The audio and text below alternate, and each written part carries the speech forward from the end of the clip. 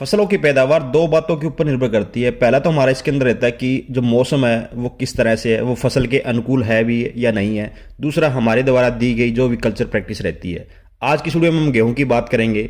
गेहूं के अंदर अभी जो है वो गोब अवस्था लगभग हर एक एरिया के अंदर जो है वो स्टार्ट हो चुकी है। गोब अवस्था के अंदर जो मौसम है, जो तापमान है, वो गेहूं का रात का जो 10 से लेके 12 डिग्री के आसपास रहना चाहिए। आप 15 डिग्री तक भी जा सकते हो। दिन का जो तापमान है वो आपका करीबन 20 से लेके 22 डिग्री के आसपास रहना चाहिए। तब जाकर के हमारी जो पैदावार है वो काफ़ी अच्छी होती है। अभी आप फिलहाल देख रहे हो आज 10 फरवरी 2025 है, तो आज का जो टेम्परेचर है वो मेरे एरिया का वो करीबन 26 से 27 डिग्री के आसपास जो है वो दिन का चला जा रहा है। अगर टेम्परेचर 25 डिग्री से ऊपर हो जाता है या फिर 23 डिग्री से ऊपर हो जाता है, वहाँ पर गेहूं के ऊपर जो सबसे बड़ा दुष्प्रभाव है वो पड़ता है कि जो गेहूं का बूर या फिर जो फूल अवस्था होती है जिसे आप परागकण बोल देते हो, उसके ऊपर सबसे ज़्यादा जो साइड इफेक्ट है वो पड़ता है। साइड इफेक्ट क्या पड़ता है कि हाई टेम्परेचर के कारण वो जो कोमल पार्ट है वो अपनी जो नपुंसकता है उसकी ओर चला जाता है, या फिर जो परागकण है वो हल्का हल्का कमजोर होना स्टार्ट हो जाता है। अगर परागकण जो है वो कमजोर हो जाएगा, फिर वहां पर आपका जो दाना या जो स्टार्च, जो भी आप दाने के अंदर दूध जैसा पार्ट बोलते हो, वो कम मात्रा में बनेगा। अगर टेम्परेचर 30 डिग्री के आसपास चला जाता है तो हमारा जो दाना है वो सिकुड़ जाता है। जब भी आप गेहूं की हार्वेस्टिंग करोगे आप उसमें देखते हो कि दाने काफ़ी सारे जो है वो पिचके हुए मिलते हैं। अगर प्रॉपर साइज नहीं बनेगा तो दाना पिचका हुआ मिलेगा, फिर आपको पता है कि जो पैदावार है वो ऑटोमेटिक कम हो जाती है। तो आपको मैं आज की इस वीडियो में कुछ एक जो तरीके वो बताता हूं ताकि आप अपनी गेहूं को जो हीट स्ट्रेस है यानी तापमान का जो बुरा प्रभाव है उससे आप किस तरह से बचा सकते हो।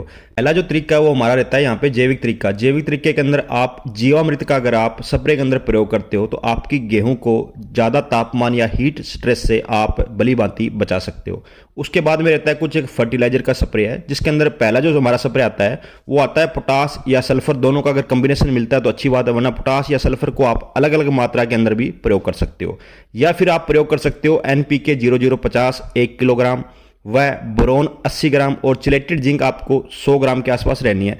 तीनों का जो कॉम्बिनेशन है वो मिलाकर के अगर आप गोब अवस्था के अंदर करते हो तो वहां पर आपके फूल या बूर के ऊपर जो साइड इफेक्ट है वो तापमान का नहीं पड़ेगा। कुछ एक और भी जो तरीके हैं वो रहते हैं जो कि थोड़े से सस्ते रहते हैं। उसके अंदर हमारा कम खर्च में जो आता है वो आता है पोटेशियम नाइट्रेट। अगर इसका आप 800 ग्राम से लेकर के 1 किलोग्राम 130 या 20 लीटर पानी में मिलाकर के स्प्रे करते हो प्रति एकड़ के हिसाब से, तो आपकी फसल को ये हीट स्ट्रेस से बचा देता है।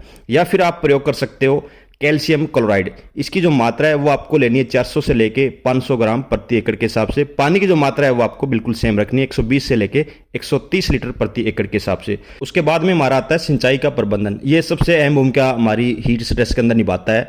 अगर आप गोब अवस्था में जो सिंचाई है वो नियमित रूप से करते हो, अच्छे तरीके से करते हो, वहाँ पर भी आपका जो हीट स्ट्रेस है उसको कम रखने में काफ़ी सारा जो योगदान है वो मिलता है। अगर कुछ एक वैरायटियों की मैं बात करूँ जिसके अंदर HD की कुछ एक वैरायटी आती है जिसमें 29 तासर वगैरह आती है, DVW की वैरायटियाँ लगभग सी आती है, जो कि अभी जो फिलहाल वैरायटियाँ लगभग लॉन्च हो चुकी है वो मतलब तापमान को देख करके ही बनाई गई है। इसकी उनके ऊपर जो ज़्यादा मात्रा में जो टेम्परेचर का इफेक्ट है वो नहीं पड़ता है। उम्मीद करता हूं किसान साथियों जानकारी आपको अच्छी लगी होगी। अगर जानकारी अच्छी लगी है तो अपने वीडियो को लाइक और चैनल को सब्सक्राइब जरूर कर लें। धन्यवाद किसान साथियों।